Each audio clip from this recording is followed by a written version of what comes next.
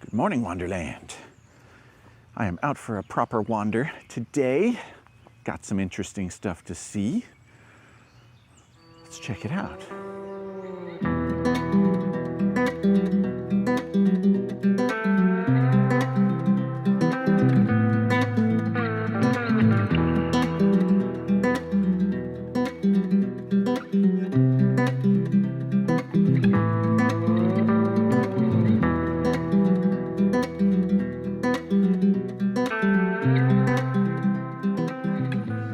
Starting out this morning in the town of Bedford, Virginia, which is over towards the Blue Ridge Mountains. And this is an interesting place. So in World War II, there's a book called The Bedford Boys, which I read recently. It's pretty good. There are about 36 young men from this town who were in the National Guard unit. And during World War II, they were called into active duty and sent over to England to train for the D-Day invasion of Normandy. And in the process, on the invasion day, as a matter of fact, 19 died during the landing. So they were the first wave on Omaha Beach, basically, and got cut down pretty good. And then a few more died in the next few days. So Bedford earned the dubious distinction of being the town that lost the most young men per capita on D-Day, and I think in the whole war, for that matter. So, yeah, I want to do a separate video about that. So I'm here to film some stuff for that and take photos. But for this video, consider it a behind the scenes for that one, first of all, and then later on I'm planning some other, I'm going to head further into the mountains and do some stuff over there. So yeah, this should be an interesting day, I think. So I'm here, first of all, at the cemetery in Bedford, where a number of the Bedford Boys have their final resting places. So I want to find some of their graves to start out and go from there. Got a few in this area. The Bedford Boys.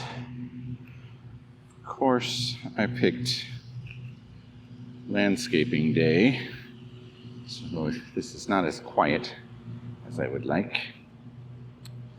Over here is Captain Taylor Fellers. He was the commanding officer of the company as they landed on D-Day, and he was basically cut down as soon as he stepped out of the landing craft. So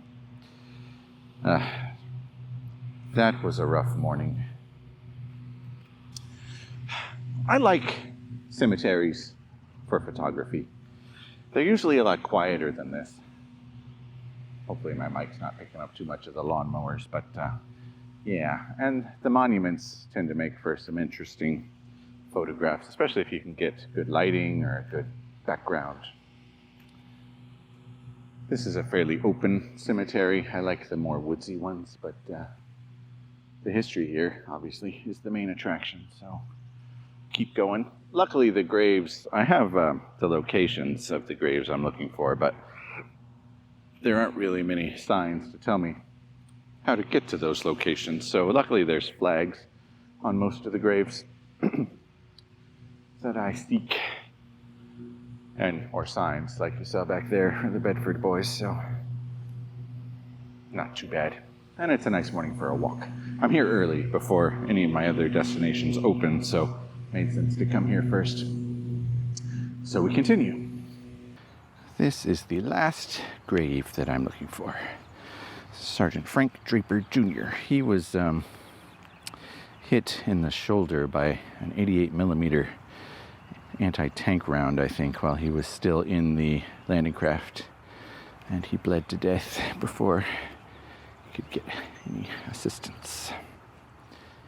He's got a large stone as well. All right. And on that note, I'm not sure what time it is, but I'm gonna head to my next destination. The landscapers stopped, so now it's a lot more quiet and peaceful, the way it should be. Yeah. So I made a quick stop at the Bedford area visitor center to kill a little bit of time. But now I am at the National D-Day Memorial, which, despite the name, is actually a non-profit private entity, not an official government installation. But it's pretty cool. I'm just getting my first glimpse of it as well. Wow. Very cool. I mean, impressive anyway. All right, let's look around.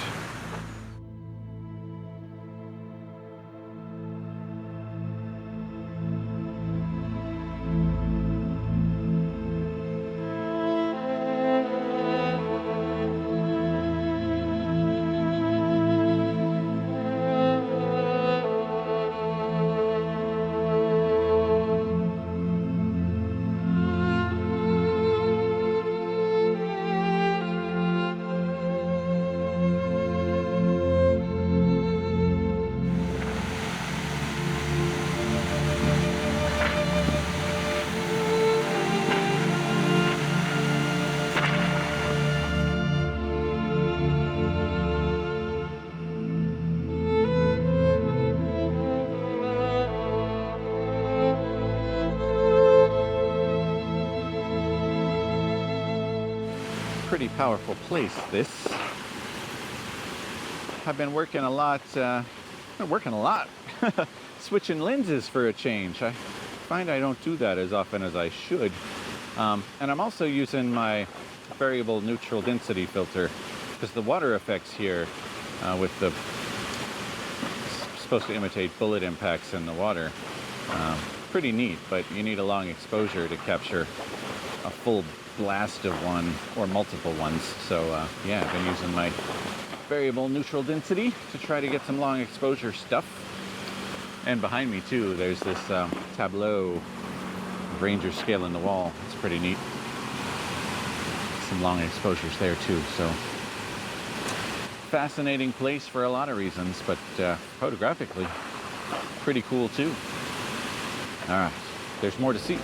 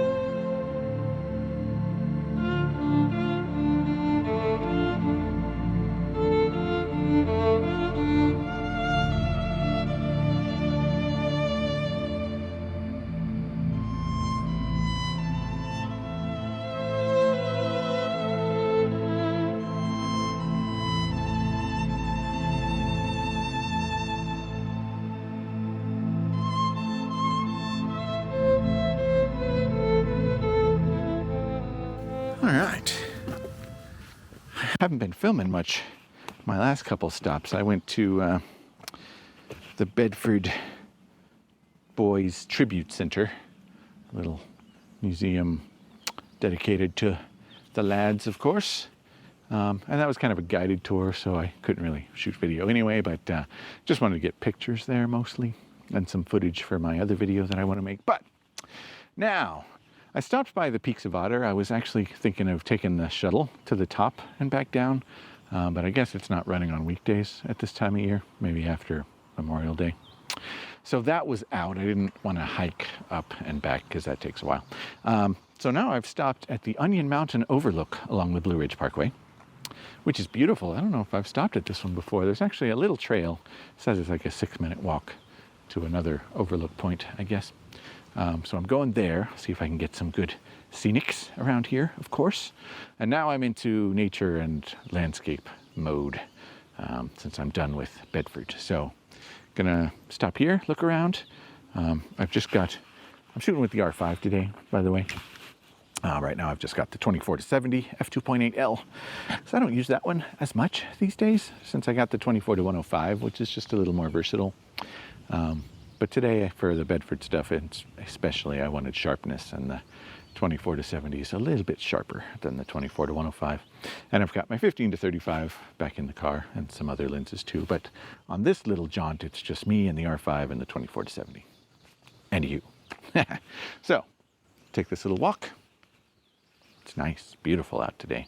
Yeah, see what we can see here.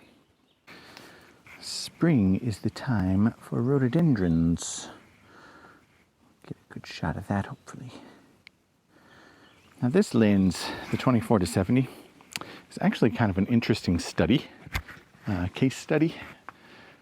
It's not great for macro, but it presents a lesson. So usually you think with the zoom lens, for anything approximating macro, you just want to zoom it out to maximum, right? And then focus in. But this one, you actually get maximum magnification around the 50mm mark, I think. 50, 53, 57, something like that. Because the minimum focus distance gets further out as you zoom the lens out towards the 70mm end, which is kind of interesting. Not all lenses do that, but some do, including this one. So when you want the closest, the best magnification you can get, that's not 70mm on this lens. Something to keep in mind if you happen to get it.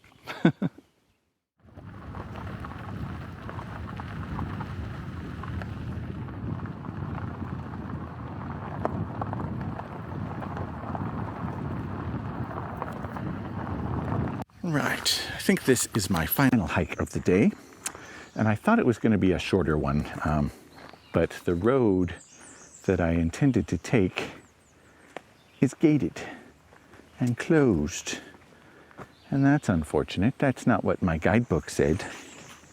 So I'm gonna hike it instead, since it says foot traffic is welcome, and obviously I won't run into any other cars out here. So yeah, I don't know how much it'll add to the hike, probably at least a mile each way, because it's an out and back. But it's Apple Orchard Falls is where I'm trying to go. And it's a waterfall that I have not seen before. So, yeah, hopefully I can make it. Let us hike. Well, you can tell nobody else has been out here lately because I'm already seeing wildlife in the form of this little snake. I believe it's a garter snake. I'm hoping I am actually pointed at it. I'll try to get a good picture. That road I was walking, it's not much of a road. Clearly been closed to traffic for some time. It's pretty overgrown, and I don't think many people walk it either, so that was not real fun. Saw some good bugs and stuff, and flowers. Now I found a proper hiking trail, and I'm pretty sure there's a creek right over here if I flip around. Very nice. So I believe that should be taking me down towards Apple Orchard Falls proper. So I'm going to follow the water and see where it takes me. Feeling a little iffy about this hike. There's a proper way to do it. I picked this way, which is the not proper way to do it, because I thought it would be shorter. But that's because my book told me that road would take me closer to the falls, but the road was closed, so there you go. So yeah, hopefully I won't get lost. We'll see. It's pretty. And you gotta like a good rocky stream crossing.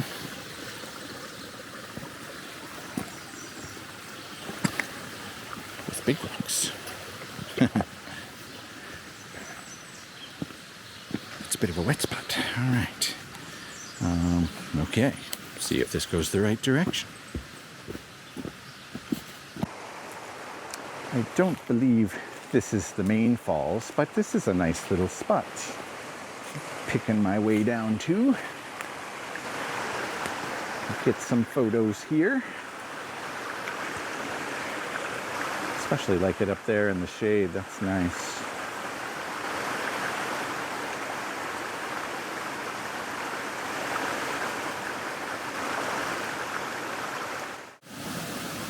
Another lovely spot.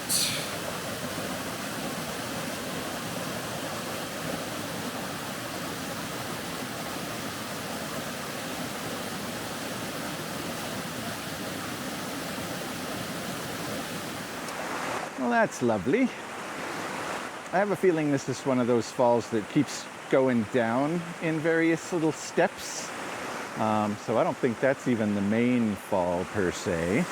So I'm on a little bridge and it keeps going down here and around the bend there. So take a few shots here and then see how far this keeps going.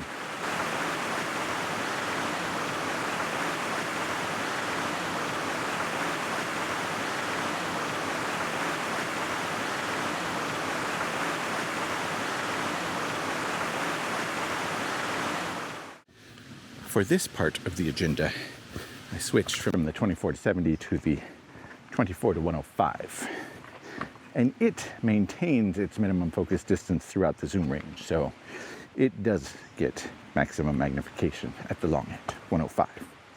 So here, if it came out okay, is a little more rhododendron action. Meanwhile, I'm heading down. And I should mention, most of this trail I'm on has been downhill. And I've got to come out the way I came in, which means the way back is going to be uphill, naturally. I'm not looking forward to that, so you probably won't hear from me much after I get down to the bottom and check out what I'm hearing, which I believe is the main part of Apple Orchard Falls. This little thing here. Ooh, yes, I see it through the trees. I don't think you can see it, but let's continue, and then you can see it. Stand by.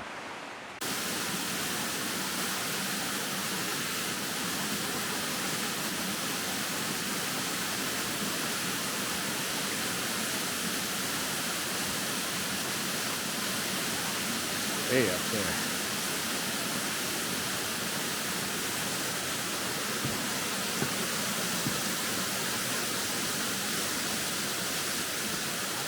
Close this.